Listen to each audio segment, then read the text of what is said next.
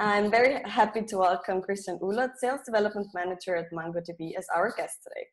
MongoDB is headquartered in New York and has raised $590 million up to now. Please correct me if that's not correct. I think that's correct. So I think it should be fine, yeah. Okay, perfect. So first of all, please tell me about your company, MongoDB. What is your job at MongoDB? Maybe like in 1 minute. Yeah, sure. Okay, so I'm a sales development manager at MongoDB. What is MongoDB doing? Well, essentially the problem that we're trying to solve for our customers is to eliminate dirt. What we call dirt is data and innovation recurring tax. So what does that mean, really? There's a lot of complexity that has been built up in the IT infrastructure environment over the last few years and decades even. And so what MongoDB is doing is that we provide companies with the first application data platform that helps them move fast and simplify how they build with data for any application they run. So that's what we do. And I am managing the sales development team. So essentially what I'm doing is I'm building pipeline, both talent pipeline and revenue pipeline. So on the one hand, I recruit young and ambitious people that are supposed to be the future account executives for MongoDB.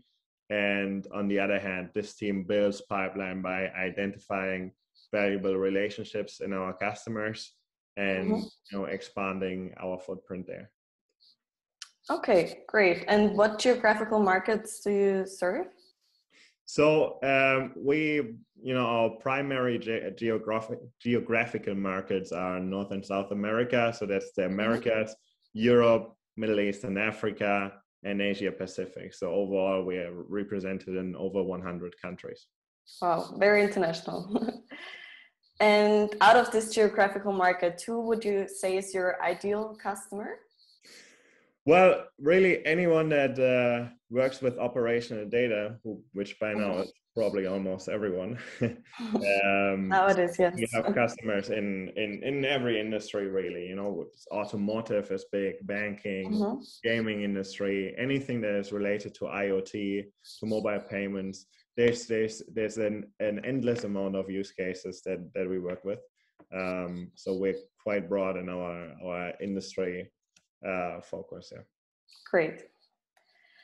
So that was a broad overview. Maybe let's dive a bit deeper now. And yeah, my first question is, what should everyone stop doing in B2B sales?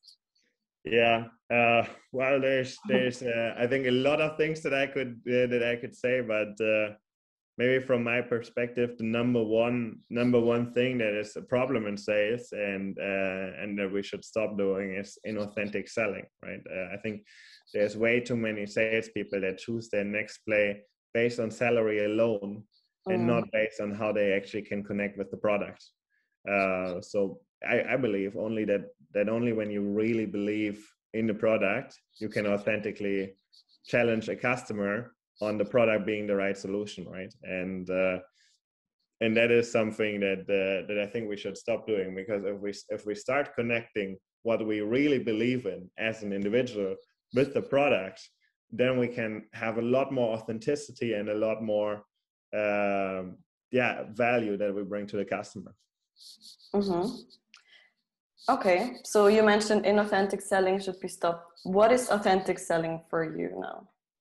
Well, I think authentic is anything where you can tell a story that you really believe in.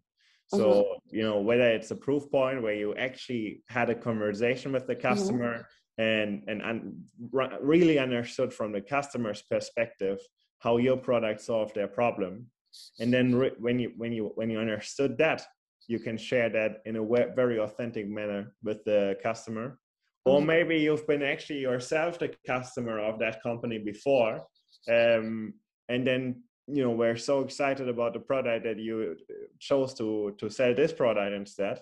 That for me is authenticity, right? Because you really understand the value of the product, you believe in it, you're connected with your own purpose, and you can tell a story about it that, wins the minds and hearts of your buyers.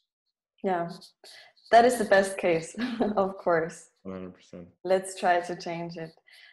Did you actually see any changes in terms of selling within the last year, positive or negative? Well, I think several, maybe three trends that I could think of. I think the first one is what we talked about earlier about purpose. I think with the younger generation coming in, if you look at research on that generation, purpose and the why matters more and more to them, right? So when this generation is focused so much on the why, this means that we need to be more as recruiters or as people that hire, we need to be more purpose driven in our communication as well, and attract talent through purpose. These people from these younger generations are more likely to accept a job when they see how they can connect it with their purpose and what they stand for, because they want to fulfill that purpose. So that is maybe the first trend. Maybe a second one that I find very interesting is I think it becomes more and more important how to build and maintain virtual relationships, right? Especially since COVID hit. Now your buyers are in home office. They are way more flexible in regards to location, and they are not always in the office, right? And because of that, we need to be able to reach them through more channels and stay connected in more channels, right? So virtual selling really becomes a reality. And that also, and actually especially for field sales, right? Because if field sellers don't learn how to complement the physical part of their of sales with the appropriate use of technology and digital channels to maintain and really scale relationships, they will fall behind at one point. So that is maybe the second trend. And then the third one that I could think of is I think by now buyers are way more informed, than they've ever been. And today it's normal that a buyer will Google not only your product but also yourself, and they will read references and customer experiences. And so customer experience, but also the build-up of a fan community, which I'm very proud that we have in MongoDB, becomes more and more important, right? Because the buyer will be informed, and he or she will read through those experiences and those references. But it's not only about the product and the company; it's also about yourself as a seller and how you present yourself as a trustworthy consultant in every channel that the customer could research you before. Because in the end, people buy not only if they have certainty in the product and the company, but also if they have certainty in yourself. So maybe that third trend of buyers being more informed would be the third one on that list. Yeah, that's a very good point. As you're saying now, for example, MongoDB has a big community. How would you describe the sales approach in general at MongoDB? Yeah. Is it related to the trends you mentioned? Yeah, very much, really. I mean, when if I relate it back to the approach that I or to the trends that I mentioned, yes, definitely, I think so. I think our purpose is very present everywhere. Our purpose is to free the genius within everyone, and that very much relates with me as well. Because if you think about it, I think millions of people studied computer science because they want to create something, right? They want to be innovative and do something with their life, and then they finish that studies where they invested a lot of time and effort in, and instead of actually being able to do the innovative work, they have to maintain existing systems, make sure the security is up to date, make sure the updates are run through, and that is just in my point of view, it's sad because instead they could focus that time on really building amazing things, right? So I think in that sense, yes, we are aligned and in our sales process, and we highlight that as well. But generally, in our process we are very medic focused, right? So when we hire people, we look for people John McMahon would call them people with urgent curiosity. So people that really need to understand as much about the customer as soon as possible out of an intrinsic need to understand the customer. So, well, the reason why we do that is because we need to, for an opportunity really to be successful, we need to understand what are the metrics about the customer, right? What is the desired positive business outcomes of our solution, and what is the negative business outcomes of the current state, right? Who is the economic buyer? What is the decision process? What is the decision criteria for the customer? Obviously, the paper process. What is the identified pain? And I think that's the most important one. And then who is the champion that has power and influence, and who are we competing with? If we understand that, then we can be successful in an opportunity. But for that, we need the right people, and these people are the people that have this urgent curiosity. Yeah, interesting that you mentioned that curiosity is very important nowadays. Yes. And hard to find as well. Absolutely. So what channels are you using to reach the target audience in your team or at MongoDB in general? Yeah.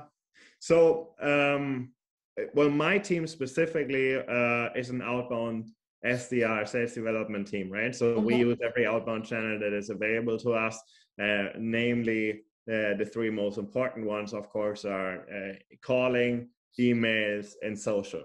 These are the three channels that we use. And of course, then that's complemented with marketing, where we have field marketing, we have events, we have webinars, we have social media marketing. So we essentially use every channel that is at our disposal to reach the customer. Introductions and referrals, of course, are an important one as well. So yeah, that's probably every channel you could think of is what we use. In social media, can you give me also examples? What channels are you using? Yeah, so I'm responsible for the DACH market, right? So for Germany, Austria, and Switzerland. So that's why we use we still use LinkedIn mainly, and then there's also Xing. So we use the two of them to interact with our customer community. I know that marketing also has TikTok channels and Instagram and so on, but my team of SDRs really uses the B2B networks, right? So Xing and LinkedIn in that case. Okay, good point. And if you're using LinkedIn or Xing, what content, what sequences are you using to reach out to your target audience? Yeah, so for us, it's very, very important that we come with two things to the customer in our messaging. The first is context, and the second is relevance, right? So what does context mean? Context means there needs to be a clear reason and the context why we are approaching this customer now. So for example, maybe we heard about this specific person in another discovery meeting with someone else, or maybe any one of our existing contacts referred us to that person. There will be context. Or maybe we read a post on LinkedIn that we found very interesting and that we thought maybe it might relate to our product. So that is context, right? And then the second is relevance. So what is relevance? Relevance is really how we can bring value, or how we think we can bring value to a customer. Now, you mentioned LinkedIn. When we prospect in LinkedIn, what we will definitely not do is write him four pages on how we can provide value, but maybe just a sentence or two that highlights a challenge that we think the customer might have that we could solve. And so that is relevance. And if we have both, then that's the only way that we actually will approach someone, because for us it's very, very important to be highly relevant and highly personalized for the customer, because we focus on the biggest customers and companies in Germany, and we want to nurture only meaningful relationships, right? So we don't follow this approach of let's mass mail everyone and see what sticks, but instead we try to bring as much relevance as possible to our customers.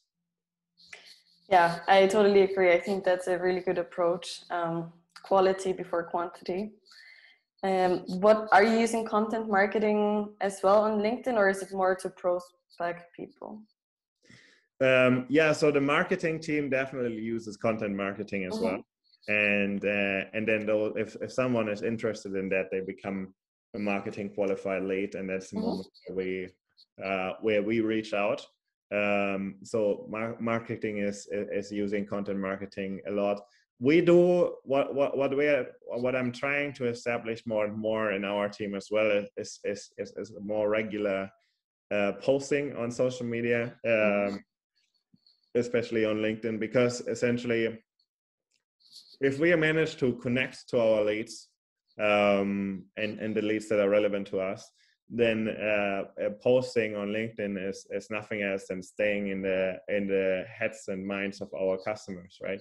And that can actually be quite powerful. I was actually holding a session about social selling last week, and I gave that example. There's one regional director in MongoDB actually that I'm connected to, and he posts. I have the feeling he posts every day, or not necessarily that he's posting. He's also commenting. He's sharing stuff. He's just active, right? And then and whenever I open my LinkedIn, I already know before I open it that I will see his name. So this guy sticks in my mind all the time. So if imagine how that would be if he would be a potential seller and I would be the potential buyer. That would be great because he would always be in my mind. So next time he reaches out to me, I already know who it is. I already know what they do, and that's great. So yeah, it's a topic that I wouldn't say we are perfect at it yet, but it's something that I want to drive and develop more. Great example of the regional director. I really like the example. Yeah.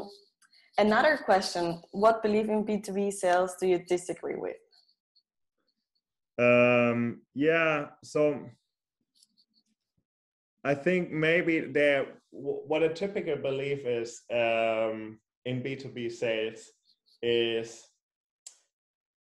maybe this. I think one common trait is, and of course that's understandable, is that we want to generate as much revenue as fast as possible, right? So what is the downside of this belief? It's not that anything is wrong with trying to reduce sales cycles or trying to maximize revenue. That's definitely the right thing to do.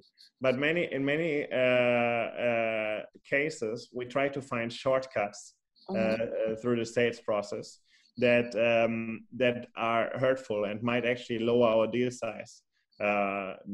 Just as an example, if I work with the customer and the customer says, "Hey, I just want an offer. Give me the offer. I don't want to do all this discovery and proof of concept, proof of value. Just send me an order form. Just send me an order form for this amount of data because that's where I need." The problem with if we just do that and we skip our process, the problem with that is that maybe there would have been a different way that we could frame the solution, or that our solution could have helped that customer. But we never learned or knew about it because we just followed, that suggestion. So the benefit of really sticking through to the sales process and really following our discovery, following Medic, and understanding as much as possible about the customer, and then framing it, and then positioning our solution, if it is able to create value, is that we make sure that we provide the best possible solution for the customer, because in the end the customer will never know our solution as well as we do, right? And so if we don't follow that process, we might only find the second or third or fourth best way of helping the customer, and that will fire back at one point, because then the customer doesn't stay, right? So maybe that's a common disbelief, is to be as fast as possible and find shortcuts in the sales process. That's maybe something I would mention there. Very good point. So another topic I believe you're very involved in is prospecting. Mm-hmm. How do you build up a prospecting culture?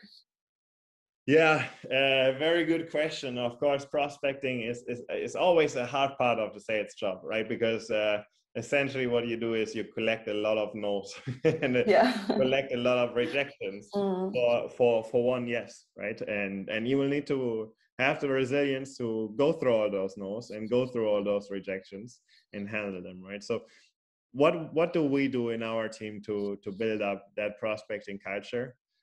Essentially, we build a culture framework together. And that was very important. It's not me as a manager coming to the team and saying, hey, this is our culture now. It's us as a team defining 3 areas. The first one is the purpose. What do we as a team stand for? Why do we as a team do what we do? And then second, we define the team vision. So what we as a team want to achieve and what our goal is as a team. And then we define, to reflect that purpose and to reach this vision, what are the behaviors that we need to represent and that we need to stand for in order to get there. And so, for example, our purpose is a lot about continuously growing, because we know that with every rejection, but also with every yes, we grow a little bit better, more, and we become a little bit better. But also the potential of our market, right? And the potential of our product. And what we could provide the market. So that is our purpose, and we have it represented everywhere, and it's written down everywhere. So every time next time you collect that no, you can read that purpose and reflect back on why you're actually doing what you're doing. And then we have behaviors such as focus or resilience that we know are important for us to do our job well. And then we have the vision, of course, is, for example, the amount of pipeline that we want to generate, and that unites us as a team. But the main part in this is not building up the framework itself, but then to keep it present everywhere and to continue, actually operationalize it. So it's that we do, for example, every week in our team meetings, we call each other out on the team behaviors. If someone showed a lot of resilience last week, we call it out, right, and appreciate that person based on it. Or we educate and develop based on those behaviors. Just recently, we had a development session on resilience, for example, and that's how we maintain this culture and how we nurture it. Interesting. That's the only way to improve, I think. Yeah, 100%. And how would you, now you talked about prospecting culture, but is it also the way how it looks like at MongoDB, or can you go a bit more into detail? Yeah, well, at MongoDB, I think we have a very good prospecting culture. We call it actually PG culture. And that's because we understand that no reward really comes without putting the effort at the beginning of the funnel, right? And we understand that we need to invest our energy and time there. So maybe one thing that we do together with the account executives really is that we have PG blitzes, so prospecting blitzes. It's maybe 1 week every 4 weeks, and we go into these prepared. We know exactly who we want to reach and why we want to reach that person, and why this person might want to speak to us as well. And then we call together, we prospect together. And we have a lot of fun doing so, also because it has a competitive element to it. We have our awards. We have these blitzes, I think, are very nice in many ways, because first, obviously, it drives people. The competitive element gives an element of ambition to it, but it's also very collaborative, because people sit together, call together, learn from each other, and become better every blitz that we have. So that's what I really like about MongoDB's PG culture. Yeah, it's a good point to challenge each other. But also, I was wondering, how do you keep up the motivation in the team? You mentioned challenges, but do you also have different ways to motivate your team? Yeah, I think motivation starts first with the right people, right? So the first task is to recruit the right people. So what you can read, for example, on when you choose who you contact on LinkedIn, for example, as a manager, as a hiring manager, or as a recruiter. In that profile, you can read a lot about the behaviors you would like to see, right? So, for example, we talked about resilience earlier. A profile that stands out for me is for example, and obviously that doesn't always have to be the case, but it's a good sign of resilience, is if you have someone that maybe started with an apprenticeship, right? Didn't go to university, but did an apprenticeship, and then studied at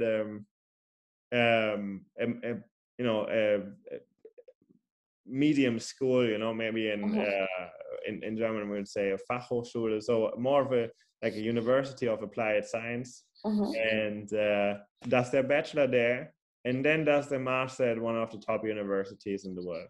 For me, that is a great path, because it shows that this person likely, not necessarily, but likely, maybe had a more difficult path at the beginning, but worked their way up and continue to show top performance to get where they are. And that for me is a sign of resilience, right? Or people that have been in sport clubs, they have a competitive element to it. So it's just an example, right? But recruiting the right people, that is the first answer to the question on motivation. And then the second one is then when they are there, how do you nurture their motivation, right? And I was before I was at MongoDB and LinkedIn. Before that, I was managing sales teams in an NGO called ISEC. And in there, you have to learn how you motivate sellers without the financial aspect to it, or without any monetary incentives, because it was an NGO, right? And what I learned there, and actually wrote a thesis about it as well, is that there are 4 areas of non-monetary motivation that you can motivate people by.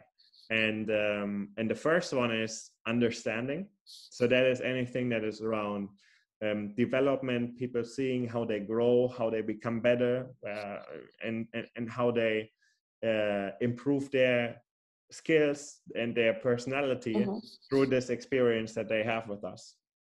The second is social. So that is how, the people that you meet, the network that you build, both with your customers, but also with your colleagues, and just meeting, increasing your network. And then the third one is contribution. So contribution is seeing your own contribution to the bigger picture.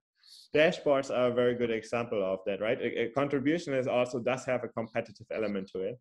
It's your direct contribution to the bigger picture of the company. And the last one is idealism. So that is a purpose and how you connect your personal why to the why of the company. And these are the 4 areas of motivation. So if you continue to nurture them in your coachings, in your one-to-ones, that is where motivation derives from. And I try to do that every day. So what elements are you using at MongoDB now? For what I use for nurturing these 4 elements? For example, yeah. Yeah. Well, I mean, development is super important for us, right? We invest a lot more than the industry standard into the development of our people. So we have a continuous development program. It's not that they actually do it for the first 4 weeks for the onboarding and then stop learning, but there's every week they will be involved in another development program, right? So they have this development journey that they go through. And we have it we have a program that's called the BDR to CRO program, where we, throughout every stage that you could be in your sales career, we develop you further to get to the next stage. And that is complemented with my coaching as a manager and with our team developments as well. So that's on the development part. Social, I think, is obvious, right? Especially in MongoDB. The reason why I joined MongoDB is because everyone that I talked with was incredibly inspiring and had an amazing history, right? So from every interaction, you gain motivation because you realize how incredible the people are that you work with, but also the customers, right? We interact on a daily basis with the head of IT, with CTOs, with CIOs, CISOs, you know, and that of the most important companies in Germany in our case. And that is a huge motivation because the network we're building is extremely relevant. The dashboards, of course, are represented everywhere. Like maybe I'm even more motivated by dashboards than most other people. But that is, you know, for example, in my weekly team meeting and so on, we look at the dashboard. I talked about team vision earlier. Sometimes we also have a competitive element to it.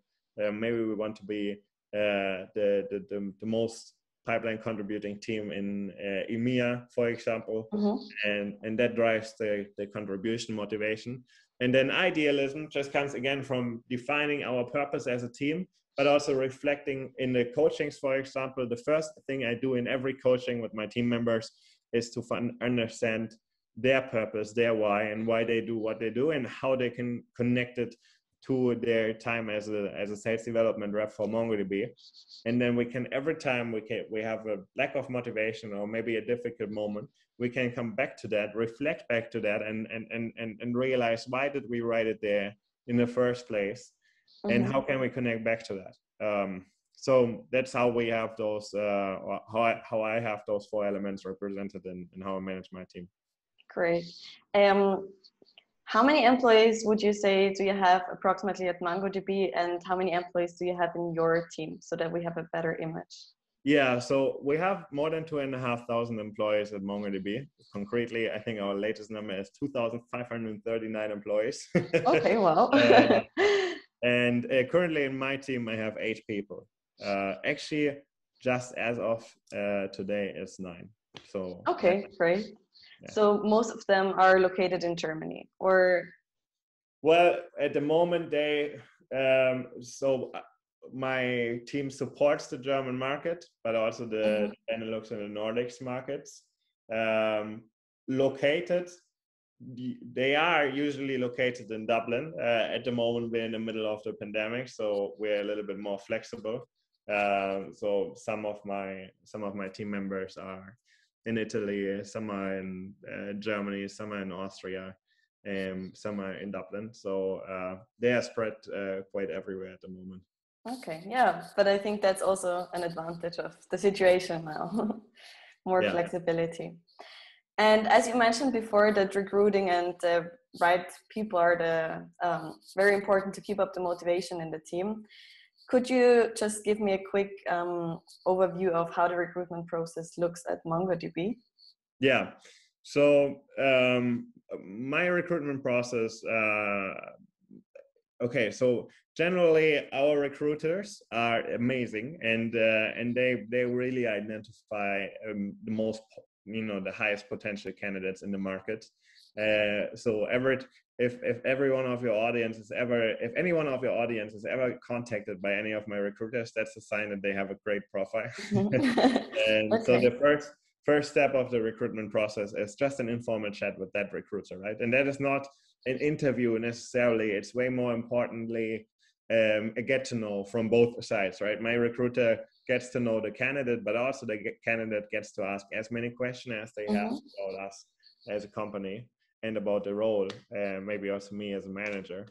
And so that's the first step. And then that's followed by a hiring manager interview. And in that interview, I just want to get to know the candidate. The candidate gets to know me. Also there, they have ample of time to ask questions. And so we follow that up with the role play, where we, simulate a customer discovery call. And if that is successful, we follow this up with a challenge interview, where I think that is always a great development opportunity for the candidate as well, because they will go through 3 different scenarios in that interview, and it is a quite challenging situation where very high level people are also involved in that interview. And so it's also a great development opportunity, because each of these people gives the candidate feedback afterwards, No matter how they perform, right? If they could have been the best person we've ever seen in this challenge interview, we still make sure to give them as much feedback as we can, because we want to make sure that the candidate not only gets to know us as a company, but also learns as much as possible for themselves throughout the process. No matter if they get it or if they don't, we want to make sure that that process is not only a normal interview process, but also a development journey for the candidate. Yeah, great process. I think feedback is also so important nowadays, especially. So in terms of biggest learning, doesn't matter in terms of recruiting or sales approach, what is your biggest learning in the last 12 months when it comes to sales or marketing or recruiting?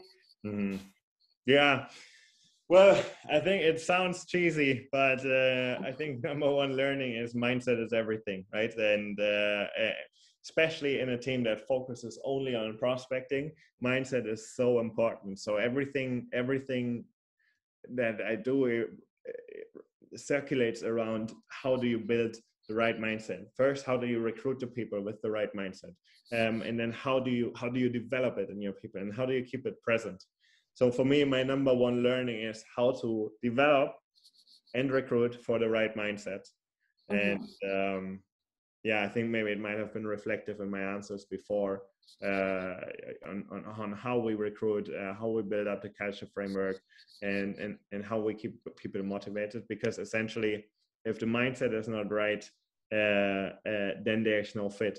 If the skills are not right, there's always development potential, right? If you have the ability and the willingness to learn, then you can learn everything you would need to learn to be successful in a job. But if you don't have the right mindset, that is very hard to change. So you're saying that people are very important in terms of everything, basically. But do you also have a biggest learning, for example, in terms of marketing and sales process, which you implemented, for example, at MongoDB? Yeah, okay. So maybe one thing here is what we talked about earlier in regards to relevance, right? I think, you know, maybe a few years ago, I used to be in my own prospecting more general and more. I used to think that if I have just as much scale as possible, stuff will come back. And over the years, and especially in this last year, I realized that it's much more important is the relevance that you bring to the customer, and how you use it in your messaging as well, right? And a sentence that I really like is that if you go back to prospecting, the purpose of prospecting is not to sell, but to earn the right to have a conversation.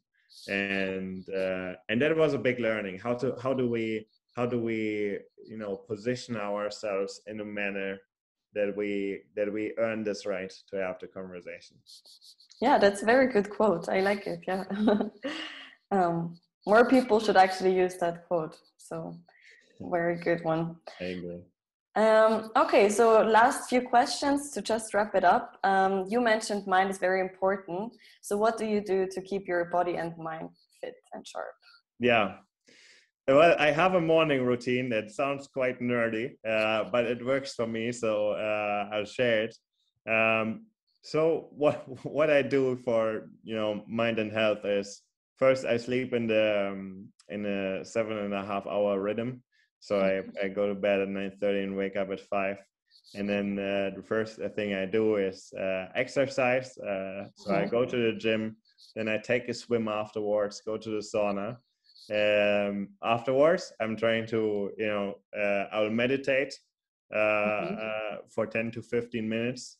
I will reflect on, so there's a set of reflection questions that I have every morning. There's an element to it that's called daily gratitude.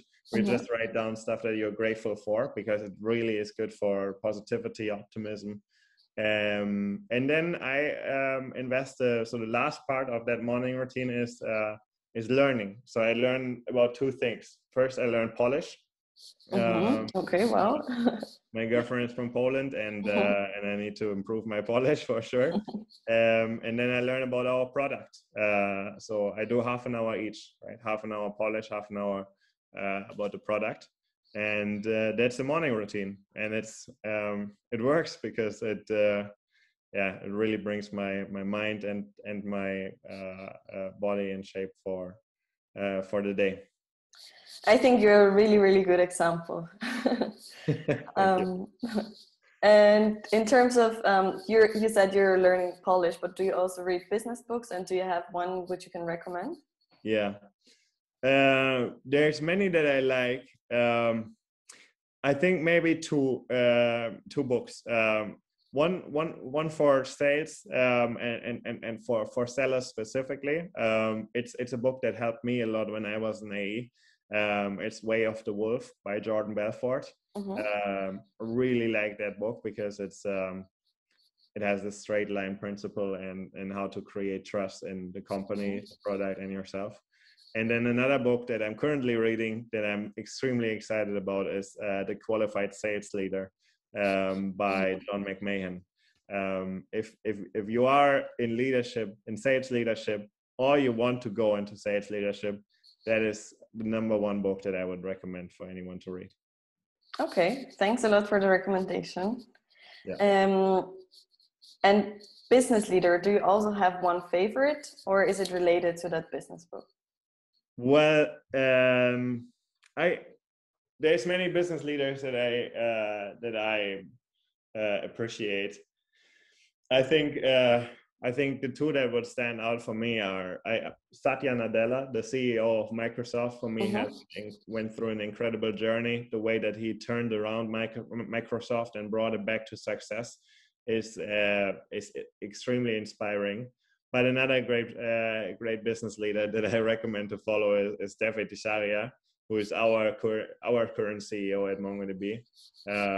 There's actually a quite good episode of Hunters and Gatherers on YouTube with him that I recently saw, and he is just amazing because he, as an engineer, he still realized how to build up a great sales culture in a company like MongoDB, and he's a very inspiring CEO. Great, thanks for the tip. In terms of, if you want to say something, you can now directly address our audience. Anything they can help you with? Do you have any interesting questions, or do you want to mention anything at the end? Well, if in your audience is anyone that there's anyone that aspires to have a great career in sales, in enterprise software, then they should definitely reach out to me, because I'm always on the search for superstars for MongoDB. And I'd be happy to talk to anyone in your audience that might be interested in this. Perfect. And where can people reach you? Where can they get in touch with you? Preferably on LinkedIn, just Christian Uloth on LinkedIn. I should be able to respond quickly. Okay, perfect. Yeah, thanks a lot for the interesting answers to my questions. I think we learned a lot today, and yeah, thanks a lot. Very welcome, Lena. Thank you. Thank you.